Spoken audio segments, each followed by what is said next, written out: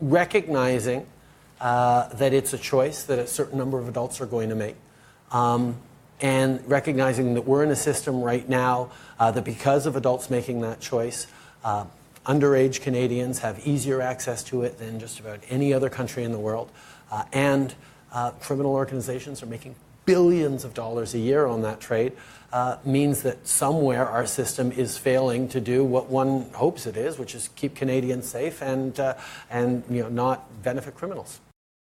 One obvious concern is that the United States Congress has made the possession of marijuana in every state and distribution of it an illegal act. So if that's something is not desired any longer, Congress should pass a law to change the rule. It's not so much the Attorney General's job to decide what laws to enforce. We should do our job and enforce laws effectively as we're able.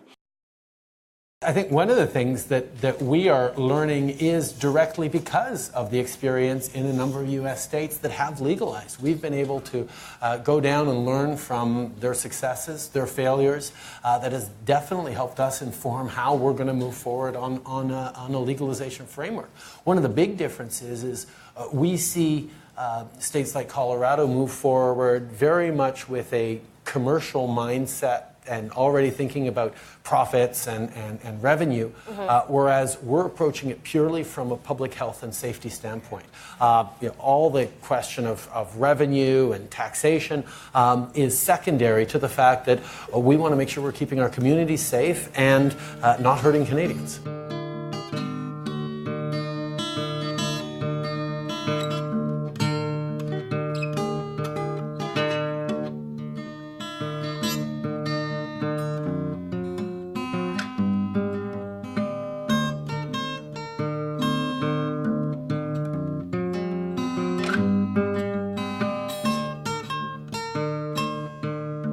You are listening to TMI for the week of March 5th, 2018. Today, Dave speaks to Dr. Michael J. Verbora of the CMC Clinic in Toronto. He is the Medical Director for Canabo Medical Corp, Physician Lead at the Toronto Cannabinoid Medical Clinic.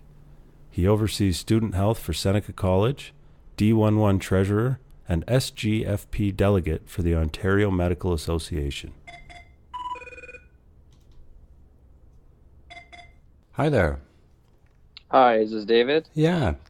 Hi, it's Dr. Verbora. How are you? I'm great. It's great that you called. Really want to get some answers. It seems everything I read about the subject is full of conjecture and guessing. Sometimes. Yeah. No doubt. Maybe I'm reading the wrong rags. Yeah, there's a lot of misconceptions and nuances and art to this field of medicine, that's for sure. Art to the field, and also this is such new territory, or is it? How long has medical marijuana been seriously considered? Well, it's quite interesting because it's probably one of the oldest medicines historically when you look back at its use over time. And even recent discoveries show that many mummified bodies were buried with cannabis. And it's interesting to see that it was quite a holy plant many, many years ago. And then it kind of faded away, despite a little bit of pharmaceuticalization of cannabis in the early 1900s. And I believe up to the 1930s and 1940s, cannabis was in a variety of different medicines made by pharmaceutical companies. But, we rapidly expanded pharmaceuticalization of various plants and drugs. And it kind of went out of existence probably for about 50 years, other than, some pockets of the population really using it. And then it's only recently, probably over the last, I'd say 10 to 15 years, you're starting to see so many different people use it more and more that the government, at least in Canada, felt that the current model that was set up wasn't adequate enough to help the breadth and volume of patients that were requiring medical cannabis. So it's really come back all the way to the forefront. And, I anticipate we'll probably head back in similar directions in the future with additional pharmaceuticalization of different cannabis ingredients. So it tends to be this cycle of medicine that we go through. Because of, now correct me if I'm wrong, the U.S. schedules it as is it a Category 1, and therefore they can't study it? Category 1 in the U.S. by definition means that there's no medicinal value of the plant. And it makes it very, very difficult for anybody to study it if it's a Category 1. And essentially, scientists are very restricted in studying it, and they have to go through a number of political organizations. And I'm not 100% sure on the ones, but they're drug-related agencies that essentially profit off of this medicine being labeled as a Category 1. So you start to see some biases creep in, and hence the only studies that have been funded through these organizations in the U.S. tend to be studies that have negative outcomes. So if you're a researcher looking to prove that it causes harm, then it's often something that would be subsidized. But if you're looking to prove benefit, the dollars don't tend to flow in your direction. I remember a number of years ago, stem cell research was deemed hands-off, and the fear was that would leave America behind in its research in that field. Is the same true here, where is it other countries have led research into medical marijuana and America's behind, or is that I do think they're behind right now, and I think even Canada's a little bit behind, although it is rapidly expanding and the interest is exploding. But it looks like Israel's really leading the world in terms of access to cannabis and research. Additionally, technology in the cannabis space is coming out of Israel at an exploding pace. So it's interesting to see, and I anticipate and I hope that as Canada moves forward with legalization, that some of the money that is generated is diverted into additional research. You represent the Cannabinoid Medical Clinic. How long has that been around? I believe it's been around for about 5 years now, and about 4 to 5 years, and I've been in there for 3 years. And it's rapidly grown from one clinic at Yonge and Eglinton to probably about 20 to 25 clinics now across the country. So the growth and explosion is in the clinic space is essentially from patients who are achieving such benefit from this medicine. Is it, again, you correct me if I'm wrong, is it that the founder of that clinic is considered a leader in research? Yeah, Daniel Schechter, along with Dr. Elon Nashim, both of them are physicians, family physicians. They opened the clinic, and Dr. Nashim is no longer at Cannabinoid Medical Clinic. He's gone on to other work. But definitely Daniel Schechter was one of the early pioneers in this industry, and he's well-renowned globally for his knowledge and experience in the field. You have reached out to doctors so that it's, I guess, easier for them to make a referral. Part of the process is that you're supposed to go to your family doctor and get a referral to a pain clinic. But is there still remaining a lot of stigma amongst family practitioners who are reluctant to make that referral, or is that... I guess things are changing, particularly as legislation approaches where we'll be legalizing it in just a number of months. Yeah, I think over the last 3 years, I've witnessed the change in attitudes in the medical community. So it started with many hesitant physicians who are cautious and skeptical, and we're trained to be cautious and skeptical. And over time, though, word of mouth and anecdotal stories and observations started to come to light, essentially, and many started to appreciate the numerous benefits various patients were receiving. And so the tide has really shifted and is beginning to turn. And I anticipate you're going to start to see more and more physicians prescribing cannabis.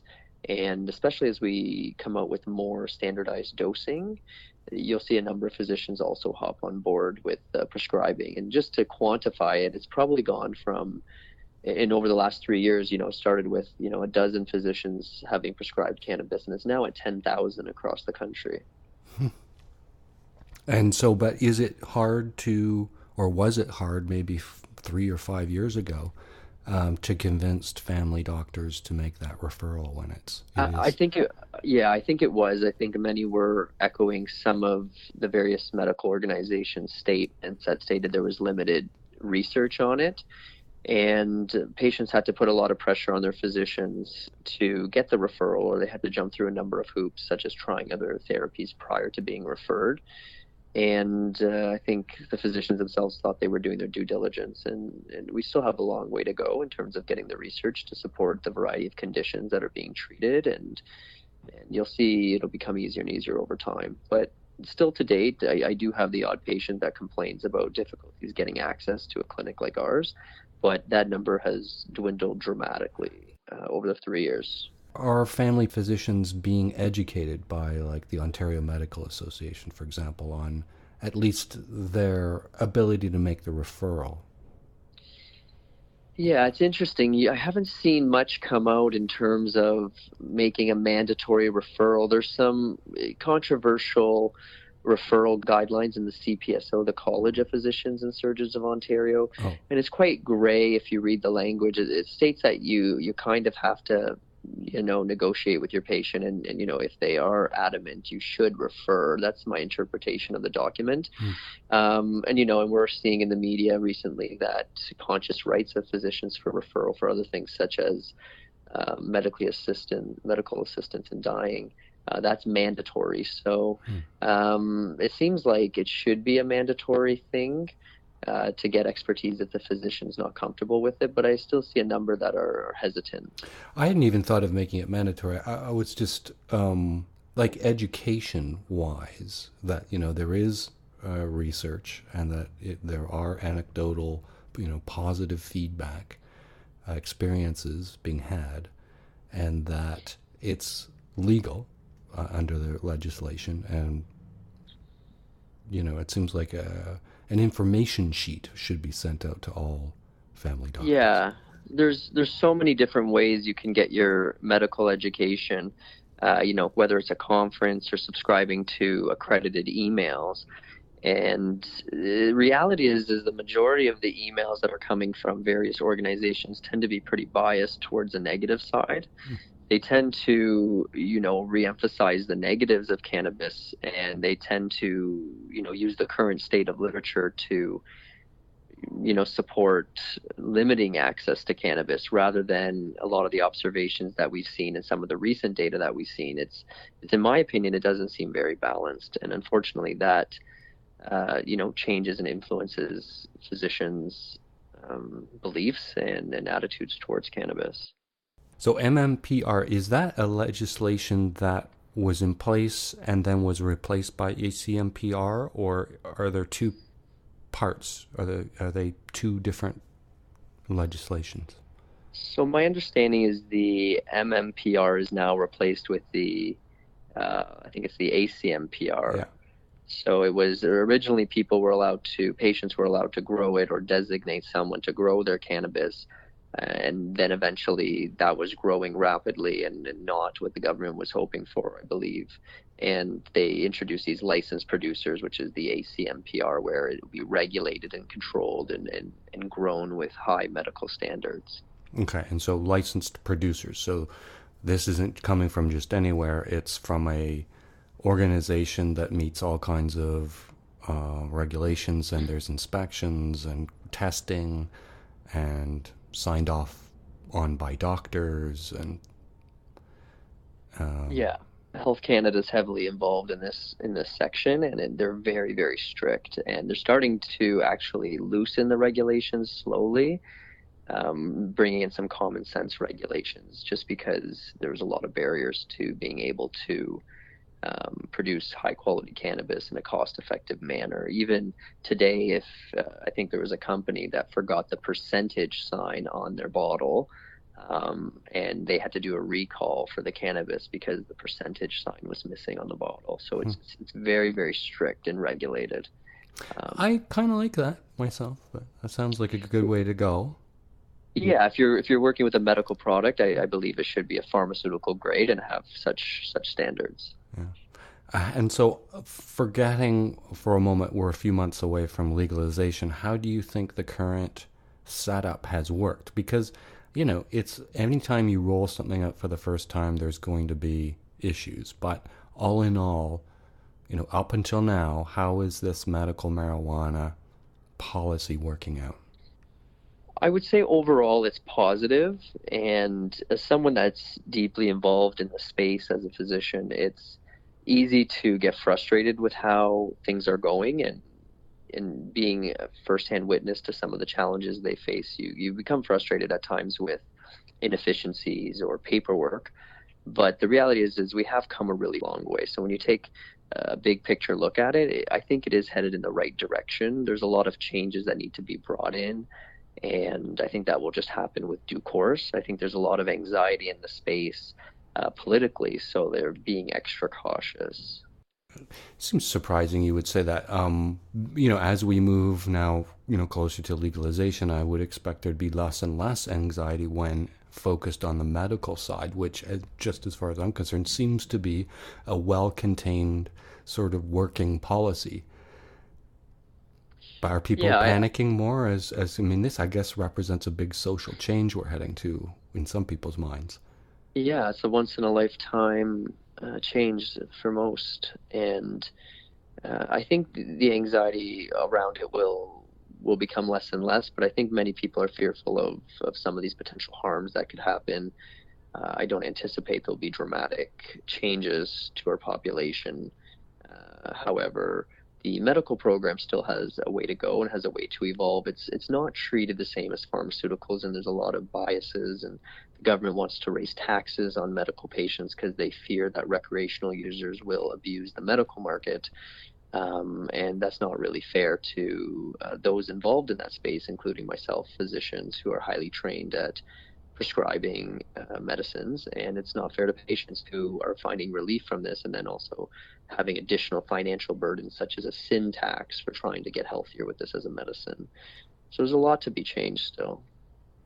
So the process is referral, an appointment at a pain clinic such as the CMC. You're assigned a licensed producer. They send you a card with your first shipment, and you receive your stuff by mail. One wonders if that model would work in the recreational market. I think the plan was that there would be LCBO type establishments in the retail market. Why wouldn't they continue something that seems to work already with the, through the mail by licensed producer model? So the current word out of Ottawa is that they're going to continue with the medical system parallel to the adult use market. However, there's been minor financial benefits. There should be financial benefits for patients who are using this as a medicine, because as a country, we do not tax medicines. And in this case, however, the government is ignoring that we don't tax medicines, and they're trying to introduce additional taxes. And so that actually, instead of, my concern, instead of patients, recreational users coming to the medical market, my fear is that patients would turn to the recreational market to get their medicine. Okay. And I don't think the people behind the counter there are going to be trained in specific strains or specific dosages. And we deal with, very finite numbers that have to be titrated for optimal relief. And then so you're not going to capture a lot of patients who would benefit from this, because you're not going to get that expertise education, in my opinion. Yeah, I didn't really think about that. So this isn't necessarily your field, but what's planned in the recreational market? Will there be sort of licensed producers who are inspected and regulated to the same vigor that the medical industry is, or will it just come from anyone's field? So the adult use market is going to be supplied by various licensed producers in various provinces across the country. So each province is mandated with responsibilities of sourcing the cannabis, and they tend to stick locally to providers in their province. And they're signing deals with those licensed producers. So the same quality of cannabis that's in the medical market will be available in the adult use market. One of the big anxieties or fears is will there be an adequate enough cannabis to supply both the recreational and the medical market, and B, is our medical patients going to be thrown under the bus because some of the cannabis is going to be diverted to the recreational market? Well, there's an article recently saying, I think last week, that medical marijuana licensed producer stocks were dropping. It was suspected the causes might be that, one, the cost of marijuana is dropping, and two, and this is speculation, that they may have overestimated the demand created by the decriminalized market. Yeah, so it's interesting. That's another take on. Yeah, I think the prices will drop, and there's over 100 producers, I believe, now that are authorized. So that's a lot of different producers. When you think of different industries, not too many industries have 100 different players in it. So there's going to be a lot of consolidation, which will drive down the cost of production, I anticipate, which may be passed on to consumers or medical patients, hopefully.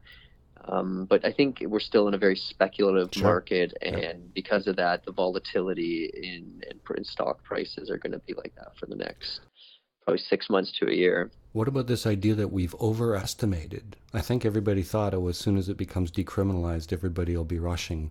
There'll be lineups. What if we've overestimated the demand?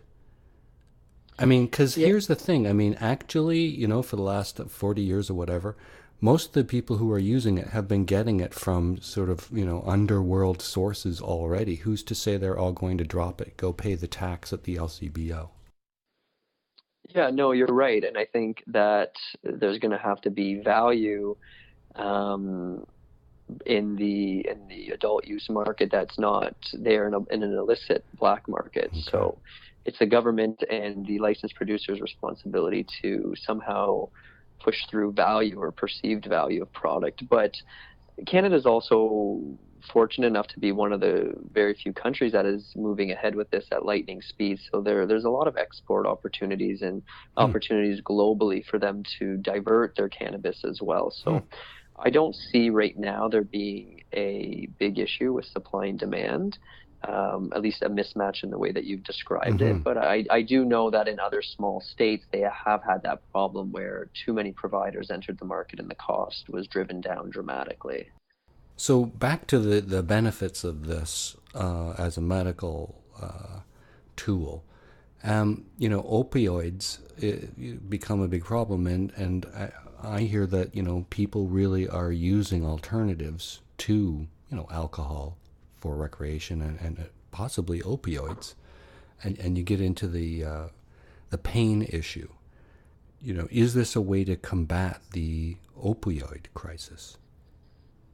I think it's one part or one piece of combating the opiate crisis. We're at our clinic, Canabo Medical. We're doing a research study right now looking at 1,000 patients who come in on opiates for chronic pain, and we're starting them on cannabis and measuring their quality of life, and we're also measuring their opiate dosage. And what we're looking for is those changes in quality of life and opiate dosage. And we don't have any preliminary data yet to report, but anecdotally, over the last 3 years, I must have at least gotten 200 to 300 patients off of their opiates or substantially reduced their opiate load. And for me, I see it as one of my responsibilities as a physician to help with the current crisis we face with opiates. And it's in the U.S., I think these numbers, 64,000 opioid deaths in 2016. 4,000 in Canada in 2017, and that was up from the previous year in Canada at 2,640 in 2016. So it seems like it really is a growing problem, and sort of anything that may help is certainly worth pursuing. Absolutely. In the past, many physicians were led to believe that opiates did not have the addiction that we now are learning that they do have. And they were generally overprescribed for conditions that didn't have strong research for, such as chronic pain, non-cancer chronic pain. And it's kind of gotten us into a problem, and there's been this big black market of opiates that has evolved around it. And once you're hooked on this type of prescription or drug, you require more and more and more to feed into that addiction. And that's where, importing fentanyl from China is happening in cities like Vancouver and even Toronto. That's a swing to another extreme, because I remember in the 70s, there was a very prudish approach to any kind of pain medication. And we seem to have gone to an opposite extreme. Yeah, it was probably 20, 30 years ago where physicians were told that pain should be a vital sign and we should start measuring it, and that you were a bad doctor if you weren't measuring pain, if you didn't target pain. And the reality is pain is part of the human condition, and we have to accept some, and we have to learn to cope with it, and with our minds and our bodies through mindfulness and exercise and meditation. And we have to stop relying so much on quick fixes, because in my opinion, anything that's too good to be true or too quick of a fix, there's going to be consequences at some point. Will the same companies be on both sides of the recreational market? Is it the same players? So it is predominantly the same players. However, there are going to be some companies that are dedicated to the medical market, and there are going to be other cannabis companies that are dedicated to the recreational market. Probably have an opinion on how this would be marketed. Like, for example, with cigarettes, I mean, there's all kinds of rules about labeling and the advertising. I mean, you can quickly imagine how the retail market moving forward would, I can't think of any good examples, but, pina colada pictures and sunsets and a whole bunch of stuff, whereas the argument would be that if it's for adults, it should be packaged for adults, unless you're admitting that it's, swaying into teenagers and younger people. That's a whole issue on how it will be marketed. It seems like they have to decide, is it going to be more like alcohol or more like tobacco? And the problem is while I respect and appreciate, and I think many physicians want it to be aggressively labeled more like tobacco regarding the harms, the bigger picture also has to look at, again, moving people from an illicit market to a regulated market where the products are controlled and the profits are kept in the hands of government and business rather than, let's say, criminal gangs, let's say, for example. So you have to maybe introduce a little bit of marketing so that there's, again, that perceived value or relationship with the product. So it's a really tough balancing act. And I think you have to respect the individual harms when you're using it, but you also have to look at the public health benefits that might be achieved by having a little bit of marketing or leeway. So that's going to be a really tough thing to balance. And I'm glad I'm not in charge of that. Yeah. Find us on Twitter @thatarcher, our podcast page, tmi.twxnet.com. Rate the show on iTunes. It changes the way the show is listed.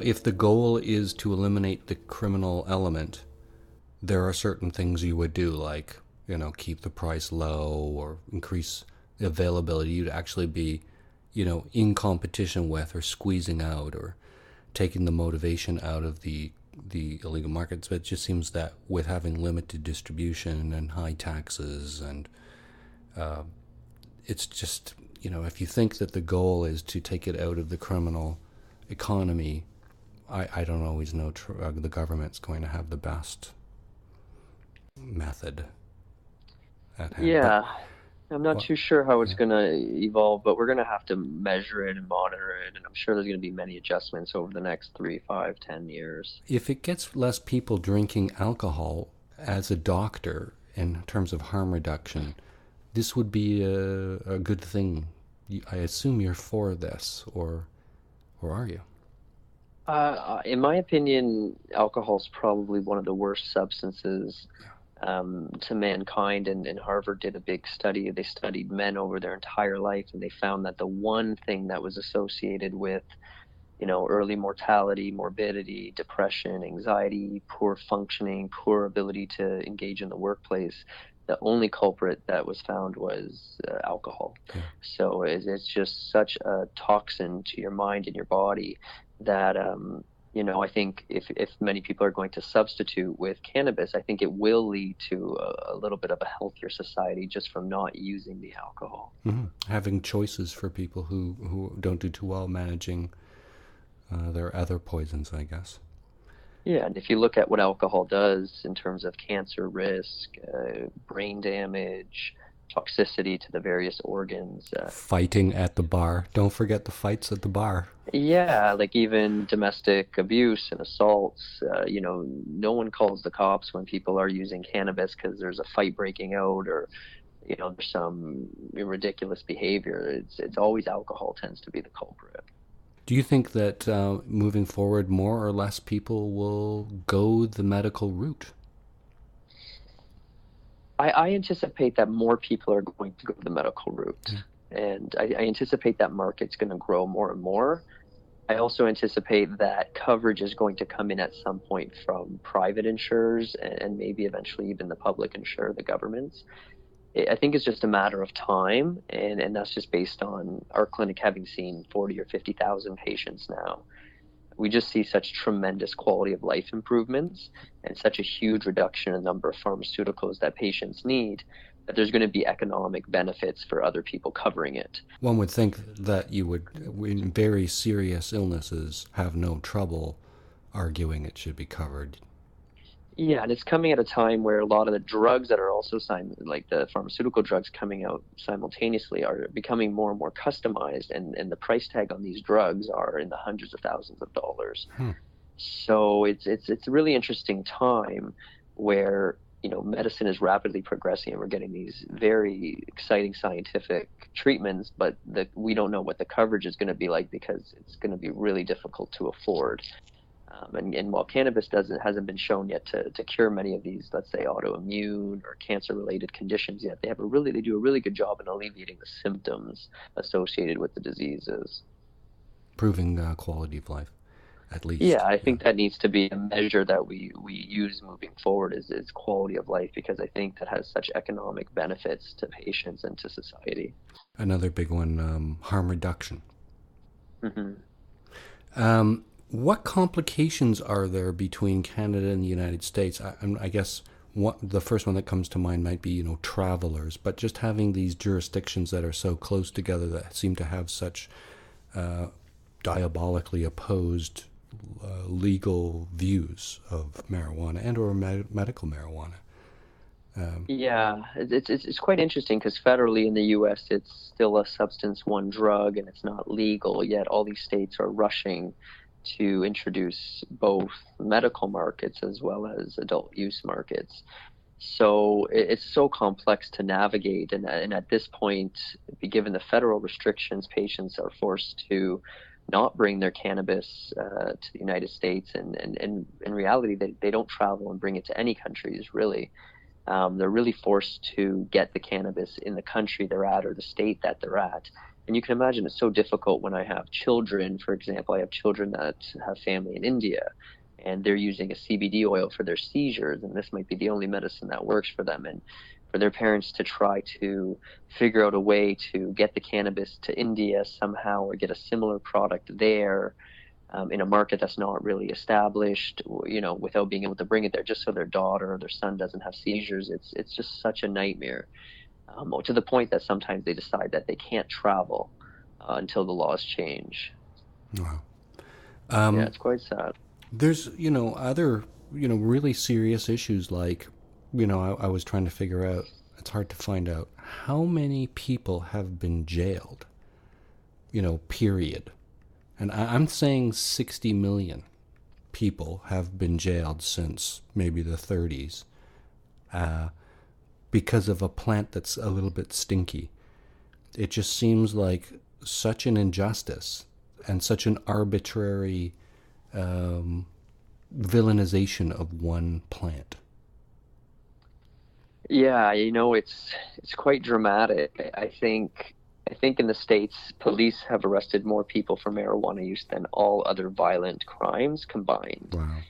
So, it's a whole sector of the prison system is built on,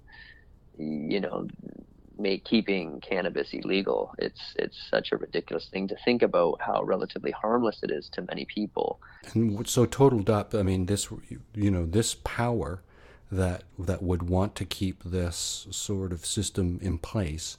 So some U.S. numbers. So I think 8 million people between 2001 and 2010 in the U.S. Were charged in the drug war. So that's 8 million. And 130,000 at any one time are in jail in the U.S., I think, for marijuana.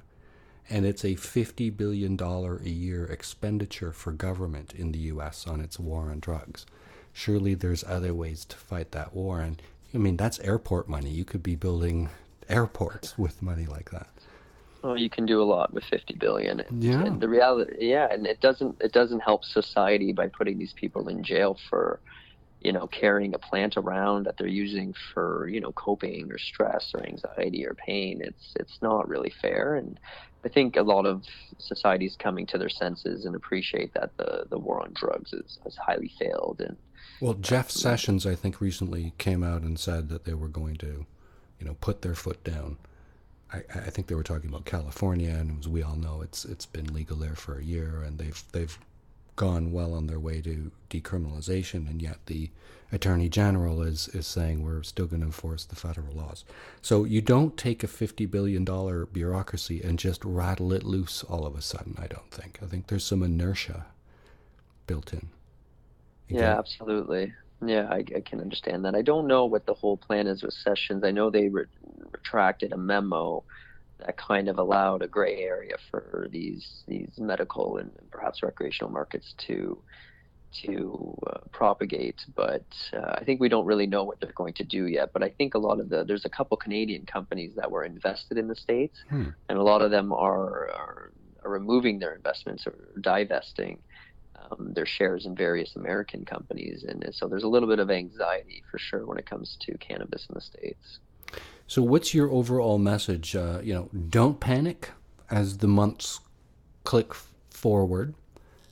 Or panic. Should we all be panicking? Will the CN Tower fall into the Gardner in a ball of flames the minute that...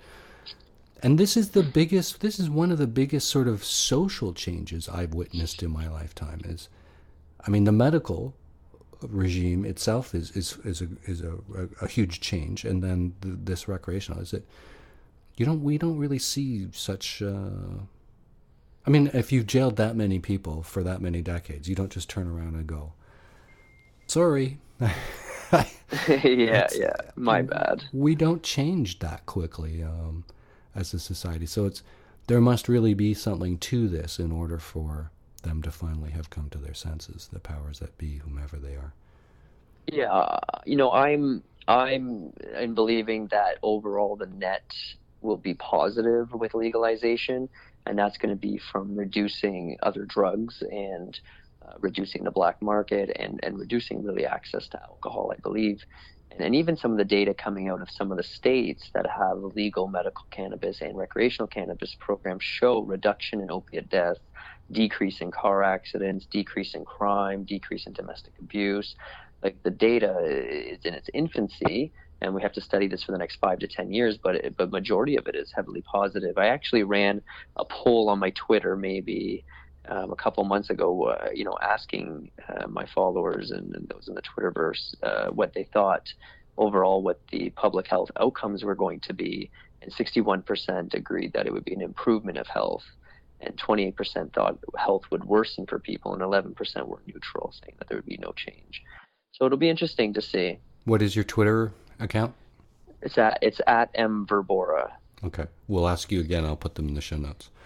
And so the future looks okay for the medical side. It's not going to all come crumbling down or be replaced or be competed out of the market. It actually may remove some of the stigma, and more people might actually seek out the clinic route for what ails them.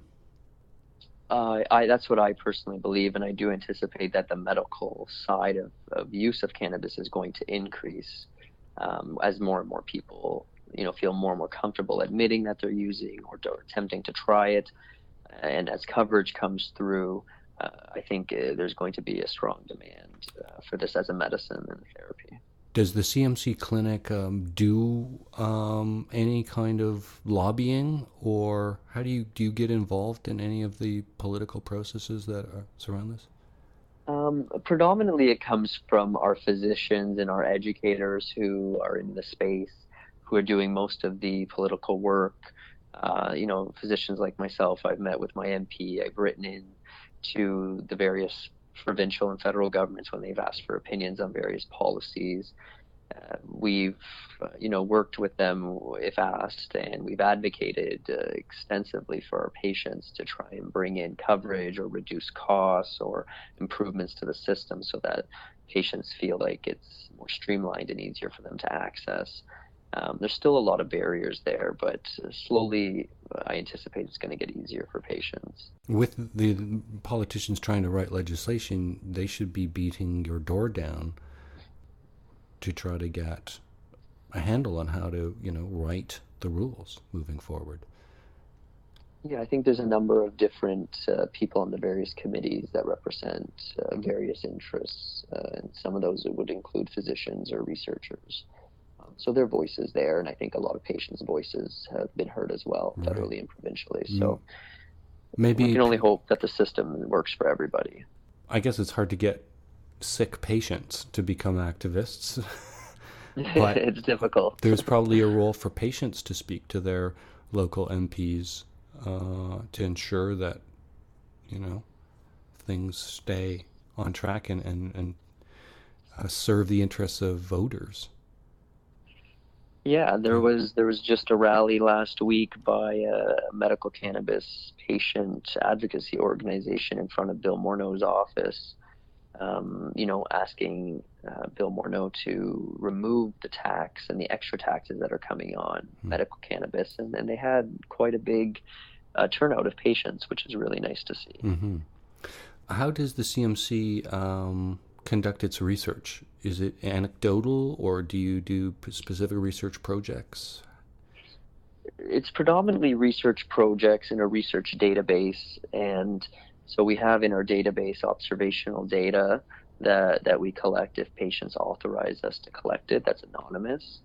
And then we have various research trials that are more what we call prospective. So starting from today and measuring forward, when we introduce certain things, what happens to patients or their quality of life or their opiate use, et cetera. And so we're just getting into those. And I anticipate in the future we'll move into more pharmaceutical-like trials, such as phase 1, phase 2, or phase 3 clinical trials, where the cannabis will be paid for by the company or the provider. The data will be collected by a number of physicians or various clinics, and hopefully if it's proven to work for X, Y, or Z condition, then it'll come with a DIN number, which will also bring through coverage for that product. It'd be, well, I think you touched on this, it may be a lot cheaper just for a company covering the health condition. It just may be a cheaper medicine. We need to collect the data to prove that. Insurance companies are in the business of making money, so you have to prove to them that there's economic value. And sometimes, though, it's a long-term thinking. It's looking 3 to 5 years from now, what's going to happen to this patient if their medical cannabis is paid for by them versus what would happen if it wasn't paid for. And how is it different from province to province? Are all the provinces essentially going to have the same approach in terms of maintaining their medical side in conjunction with the retail? They all have licensed producers. Are they going to be tested by the federal government or the provincial government? Is there much known about how it'll actually roll out moving forward?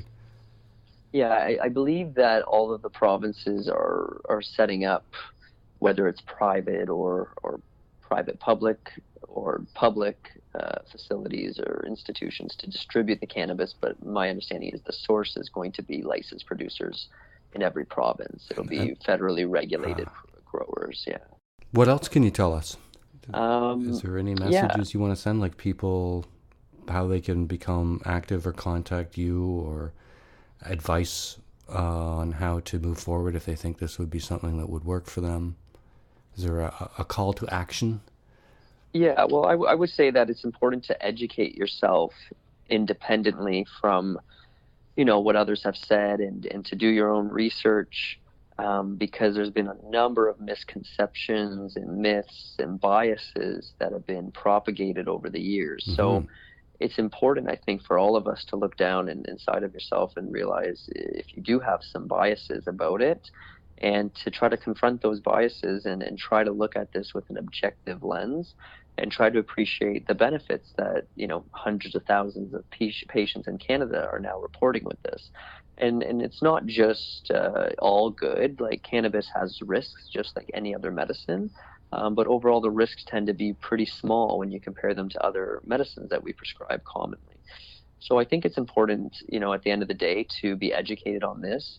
And if you have a knee-jerk reaction to cannabis and you're not really thinking about the various topics that are coming out there in the public sphere, I don't think that's, going to help move the discussion forward. I think at this point we need to be educated and have intelligent conversations about the direction we want to head medically as well as for adult use. Is there a good source for learning more? Yeah, there's a variety of different sources. Highly academic sources in the medical community is what I call CCIC, the Canadian Consortium for the Investigation of Cannabinoids. That's a really good place to look more for the academic mind who's looking for, animal studies or recent clinical trials and data. And then in the online space, there's a number of websites. The majority of their content is pretty good. Like Lift is a good source. Leaf Science is also a really good source. LeafScience.com I find is highly reputable, and they source a lot of studies. And Leafly is another source, mind you, has a little bit of a recreational vibe to what they're publishing. But nonetheless, I think a lot of the articles do touch on the science that's behind the cannabis products. And it's not something that you necessarily have to smoke up in a big bong anymore. There's vaporizers, there's oils that are edible, you can put into brownies, so you don't have to, burn it, which is a health thing on its own. Yeah, it's one of those misconceptions that, you have to smoke it, and the other misconception is that you have to be high or impaired when using it, and it's quite the opposite. It's the goal of using cannabis is to increase your function, not decrease it. And the methods of consuming it have evolved from, smoking to vaporizing, to topical products, to ingesting oils or capsules. And in the future, there'll be dissolvable films. There'll be pods that go in your Keurig that dispense cannabis. There'll be creams. There'll be dissolvable patches, maybe. There's going to be so many different modalities of delivering cannabis products. It's just a matter of time. You've reminded me that there's a whole other half of this that I didn't even get into, and that is that it's not all about THC. No, absolutely not. So this CBD stuff, even on podcasts, there's a lot of advertisements for topical CBDs and oils and supplements and so on, and people claim all kinds of improvements with inflammation, as you say, pain, cognitive ability sometimes, and CBD seems to float around the U.S. without much trouble compared to THC. Is it just in states where it's legal? Is CBD controlled in the U.S. and with the same kind of... So I think it's regulated based on the THC content. Yeah. So CBD comes from the cannabis plant, but you can also get it from the hemp plant. And so hemp has different regulations and different laws around it. So they can kind of move it around a little bit more, is my understanding. But CBD fascinates me because you get all the benefits, or the majority of the benefits of cannabis, without any of the potential side effects of cognitive impairment.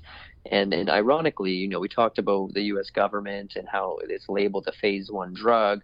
But if you Google cannabinoids as antioxidants and neuroprotectants, there's actually a patent that the U.S. Government, the Department of Health and Human Services, they have a patent on CBD, and it goes on to talk about how it might have all this potential in various brain disorders such as Alzheimer's and Parkinson's and HIV dementia. So it's quite irony there, but that's the huge, immense potential of CBD is by far one of the most exciting things for me as a clinician and scientist. Yeah. And so is CBD lumped in with marijuana and or THC, or is CBD, so my question specifically is, so would CBD be considered the Schedule 1 narcotic, or is it on its own as a substance when it's extracted? Yeah, see, I'm not 100% sure. I think if it's the CBD from the cannabis plant that has a little bit of THC in it, like a negligible amount, then it could be labeled a class 1 depending on that concentration of the THC. But the majority of the hemp-based CBD has negligible THC. It's almost not measurable, is my understanding. So I think it has to do with a random, arbitrary THC value that determines whether it's class 1 or not class 1. And that just kind of shows the hypocrisy or the lack of knowledge. And shows how terrified they are of THC. They're just terrified of it. Yeah, they are. Many people still are. And then there's other things, other than CBD even, that research still needs to be done on. There's a whole host of terpenes and other. It just seems like a whole realm of research that's been delayed because of this policy that dates back so many decades. Yeah, absolutely. There's about 100 different cannabinoids that are like THC and CBD. And then there's hundreds and hundreds of terpenes that have medicinal value. So we have a lot of work to do in terms of catching up to the research that we've neglected for so many years. And if you look at, opium, like we've been studying that for so many years now. And you look at the number of opium-related or, opiate products that are on the market, there's, tens of dozens. And the modalities. So, you got to look at that and anticipate that's what's going to happen in the cannabis space, is we're going to identify all these ingredients and concentrate them and come up with standardized dosages for various conditions. Well, I guess this is who knows what they'll find. They may find, cures for things in very small quantities and then maybe extract them. And anyway, we'll have to see. Yeah, I hope so. Yeah, that's just very speculative, but it is a whole sort of realm of pharmaceutical, a future in pharmaceutical research. The reality is if we discovered this plant today somewhere up on a mountain, we would probably hail it as the single biggest medical discovery of our time, and we would be so excited and we'd be praising it. But the reality is unfortunately, because of the stigma and the political issues surrounding cannabis, it's been exactly the opposite of what it really should have been all these years. I hear you. Thank you for your time. Yeah, thank you for having me. That was Dr. Michael J. Verbora, Medical Director, Canabo Medical Corp, Physician Lead at the Toronto Cannabinoid Medical Clinic. He spoke to us by phone from his offices in Toronto.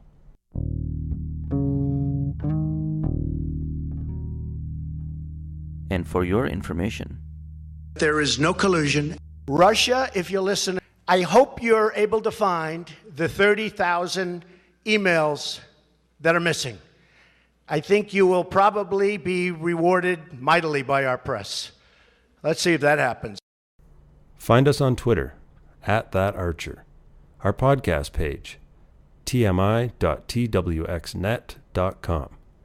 Find us on Android and Apple podcast apps. Subscribe and rate the show on iTunes. It changes the way the show is listed. Our universal health care. Every Canadian deserves access to timely, publicly funded, quality, universal health care, no matter who they are, no matter where they live, or no matter how much they make. Our healthcare system is about more than just caring for one another. It's about making our economy better as well.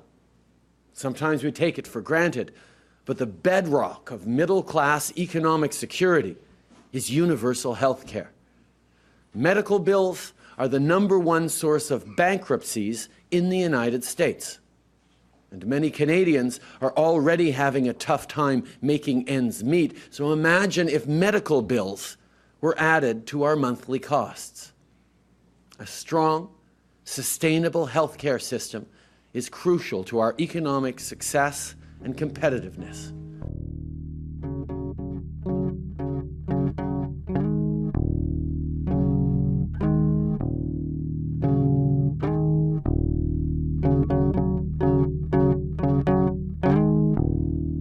I'm Dave Archer. And I'm Dr. Michael Verbora from Toronto.